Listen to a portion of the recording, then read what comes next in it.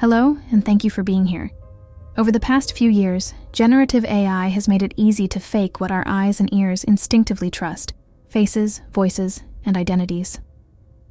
That shift has supercharged classic scams, phishing, impersonation, and social engineering into something more convincing, more scalable, and more personal. Today, I'll walk you through how criminals are using AI to commit fraud and reputational harm with real cases, what to look for, and what you can do next. Let's start with a simple truth. The line between authentic and synthetic has blurred. We used to rely on quick checks. I saw them in the meeting. I heard their voice on the phone. That's their profile picture, as enough to greenlight a request. In 2025, criminals know that, and they are building attacks that specifically exploit our trust in video, audio, and identity signals. Here is the playbook. AI-assisted crime follows three broad patterns. First, synthetic authority. A face or voice you trust issues an urgent, plausible instruction, often about money movement or credentials, backed by familiar context. Second, social proof at scale. The appearance of multiple colleagues on a call or consistent posts across accounts creates a false consensus. Third, precision spear phishing. AI tools craft messages and scripts tailored to your org charts, your tone, and your timelines, making the unusual feel routine. Now, three real cases that show the spectrum, from enterprise-scale fraud to deeply personal harms. Case 1. The enterprise CFO on video scam. In Hong Kong, a finance employee at a global engineering firm joined a multi-person video meeting with what appeared to be the company's chief financial officer and several colleagues. They looked right. They sounded right. They referenced a confidential transaction. The employee, who had initially suspected phishing, complied after the video meeting and wired approximately $25 million across multiple transfers. Only later did the company confirm the participants were synthetic, AI-generated faces and voices superimposed on a perfectly ordinary business workflow. One meeting, many deepfakes, and a week of cleanly executed theft. Seeing was not believing. Case 2. Synthetic speech as a weapon in schools and communities. At a Maryland high school near Baltimore, a deepfake audio clip circulated of a principal seemingly making racist and anti-Semitic remarks. It went viral. The principal was placed on leave. Investigators later concluded the recording was AI-generated and charged a colleague, then the school's athletic director, with creating and spreading the clip. In court this year, he accepted a plea deal and was sentenced to jail time for disturbing school operations. The damage, though, was already done. Reputations harmed, a community shaken, and a vivid reminder that synthetic audio can be used to retaliate, defame, and polarize. No malware required. Case 3. Personal identity hijacked. Intimate deepfakes and sextortion. This problem is not limited to institutions. It's increasingly personal. A former television meteorologist in Nashville discovered deepfake videos and images circulating with her face and voice placed into intimate or exploitative contexts.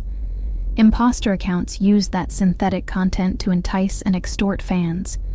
She tracked dozens of new accounts in a single week, an exhausting game of whack-a-mole, before stepping forward to testify for stronger state protections. Her story highlights a hard truth. Synthetic sexual or identity content can be weaponized against any public-facing person and anyone online. It's not just reputational harm, it's safety, livelihood, and mental health. What do these cases have in common? 3 things. First, no code. All social. These are not sophisticated network intrusions. They're technology-amplified social engineering. The exploit is human trust. Second, multimodal deception. Text alone is no longer the main vector. Attackers now combine email, chat, video, and voice to create layered credibility. Third, real-world impact. We're seeing massive financial loss, institutional chaos, and individual trauma.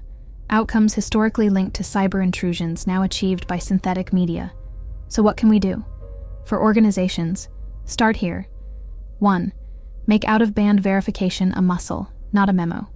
For any non-routine request involving funds, payroll, contracts, credentials, or data access require confirmation through a second, independently verified channel. Do not accept "I'm on Zoom right now" as proof of identity. 2. Add speed bumps where they matter. Enforce dual control and multi-approver thresholds for high-value transfers.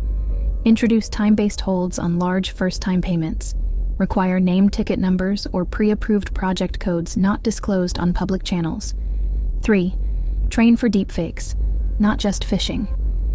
Teach teams to challenge presence. Ask a private signal question only the real person would know, or request a quick turn of the head, or a simple action under changing light on camera. None are perfect, but a little friction filters out many low-effort fakes. 4. Reduce your training data exhaust. Public-facing executives should minimize long-form, high-fidelity voice and video that can be scraped as training material for cloning. Assume any public clip may be reused synthetically. 5. Instrument your processes. Log video meeting metadata and unusual payment flows. Treat anomalous multi-party calls with urgency. Test your controls with red team simulations that include AI voice and AI video. For individuals, take these steps. 1. Don't panic. Document and report fast. For intimate deepfakes or identity hijack, collect URLs, screenshots, and timestamps. Report to the platform and to law enforcement promptly. The sooner the report, the narrower the spread. 2. Take back the narrative. Where appropriate, a brief public statement can undercut the power of a fake. Silence helps scammers define your story. 3. Use platform tools and legal remedies. File takedown requests. In many jurisdictions, there are emerging civil and criminal remedies for non-consensual synthetic content. Keep at it. Persistence matters. 4. Protect your voice print. Limit public voice samples when you can. Consider family-safe words for urgent requests arriving by phone or voice note. Finally, a mindset shift. For years, we taught people to look for typos and check the sender. In an AI era, the signals we use to trust, smooth video, familiar faces, confident voices, can be manufactured. The answer isn't to distrust everything. It's to verify anything that carries material risk. Build the habit now, before the pressure moment hits. I'll close where I began. Criminals are not inventing new crimes. They're industrializing old ones with synthetic polish and scale. We can match that shift, not with fear, but with process, practice, and a few well-placed speed bumps that give human judgment a fighting chance. Thank you. Please like, subscribe, and share.